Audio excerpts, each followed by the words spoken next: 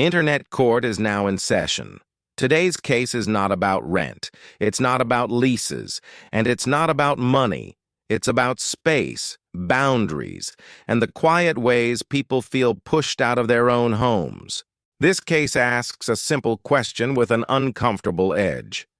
When does being flexible turn into being erased? The defendant insists they were only trying to keep the peace. The plaintiff insists they finally stopped tolerating disrespect, and Reddit could not agree on who crossed the line first.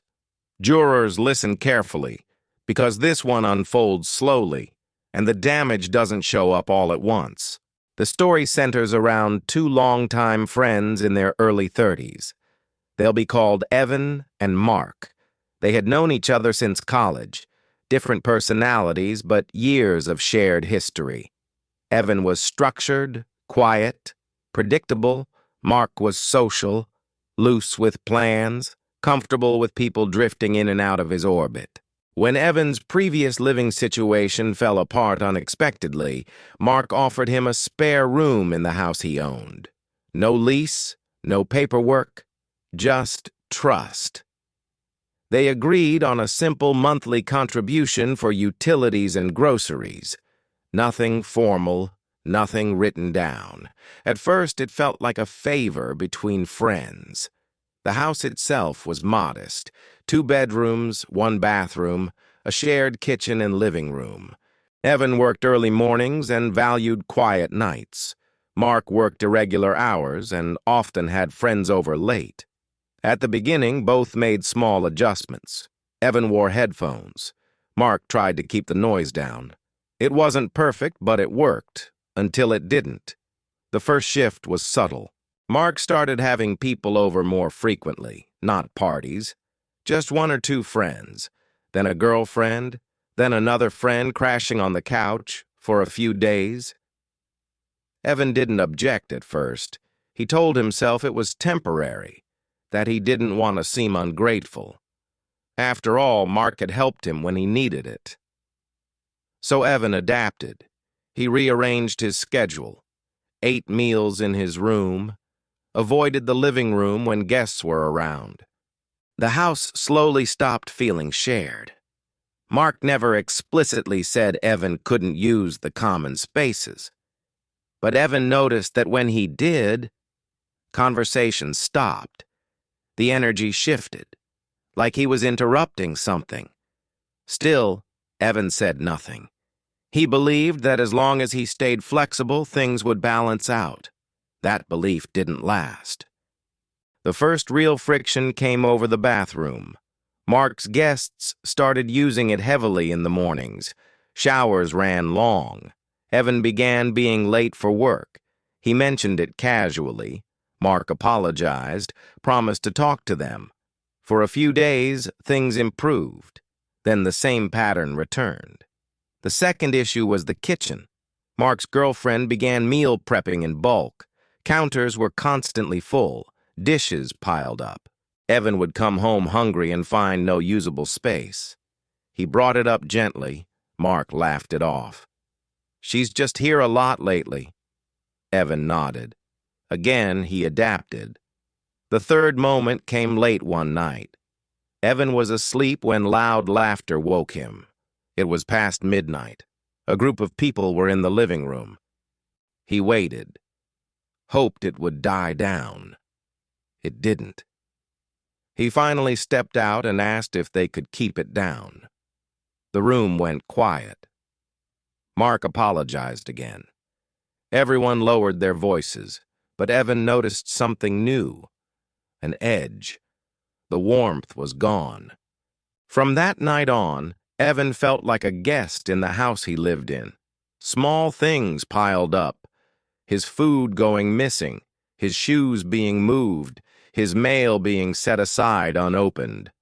None of it was malicious, but all of it chipped away at his sense of belonging.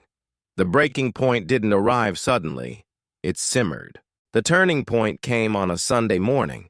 Evan had planned a quiet day, laundry, meal prep, rest. He walked into the kitchen to find it full. Not just busy, occupied. Two people he didn't recognize were cooking. Another was asleep on the couch. Mark wasn't home. Evan asked who they were. They said they were friends of Mark's girlfriend. They were hanging out for the weekend. Evan stood there, unsure what to say. He went back to his room. Later that afternoon, Mark returned. Evan finally spoke up. He said he felt uncomfortable with strangers in the house when Mark wasn't there, that it didn't feel like his home anymore. Mark looked surprised. He said Evan was being overly sensitive, that everyone was respectful, that this was his house. The words landed harder than Mark intended. "This is my house." Evan didn't argue, but something shifted permanently. When Evan later posted the situation online, reactions were immediate. One Redditor wrote, "You're living there by goodwill. That doesn't mean you get equal say. You should be grateful." Another countered, "Living somewhere isn't just about ownership. It's about feeling safe. Guests without notice cross a line." A third added, "This is what happens when you mix friendship and housing without rules." The jury was already divided. After that conversation, Evan stopped adapting. Not aggressively, quietly.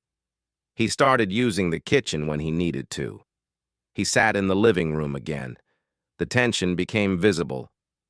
Mark grew distant, shorter responses, passive comments. One evening, Evan returned home to find his bedroom door open. Inside, one of Mark's guests was sitting on his bed. Evan froze. The guest apologized quickly, said they thought the room was empty. Evan closed the door without speaking. That night, he told Mark it couldn't happen again. Mark snapped. He said Evan was acting territorial, that nothing had been stolen, that it wasn't a big deal. Evan asked for one thing: advance notice when people would be over, especially overnight. Mark refused. He said he didn't want to feel monitored in his own home.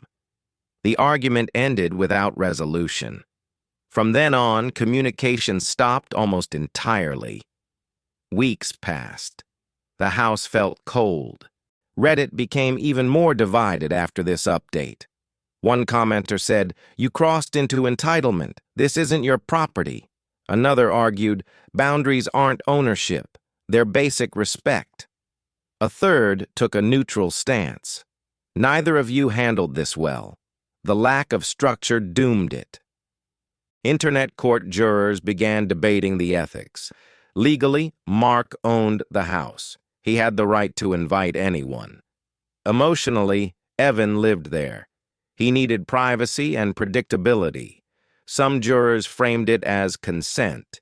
Did Evan consent to a constantly rotating household? Others framed it as power imbalance. Was Evan ever in a position to say no? The court considered intent. Mark didn't mean to push Evan out, but intent didn't erase impact. And Evan didn't demand control. He asked for notice. The question lingered. Was Evan enforcing boundaries or overstepping his place? Jurors explored alternate paths. What if rules had been discussed at the start? What if Evan had spoken up earlier? What if Mark had limited guests temporarily? What if Evan had left sooner? Each scenario suggested a different ending. None guaranteed peace. The resolution came quietly. Evan began looking for a new place. He didn't announce it. When he finally told Mark, Mark looked relieved, not angry, relieved. They parted politely. Months later, they barely spoke. The friendship didn't explode. It faded. So now, internet court turns to you. Was Evan wrong for enforcing boundaries in a home he didn't own? Or was Mark wrong for treating shared space as disposable? When does generosity become leverage?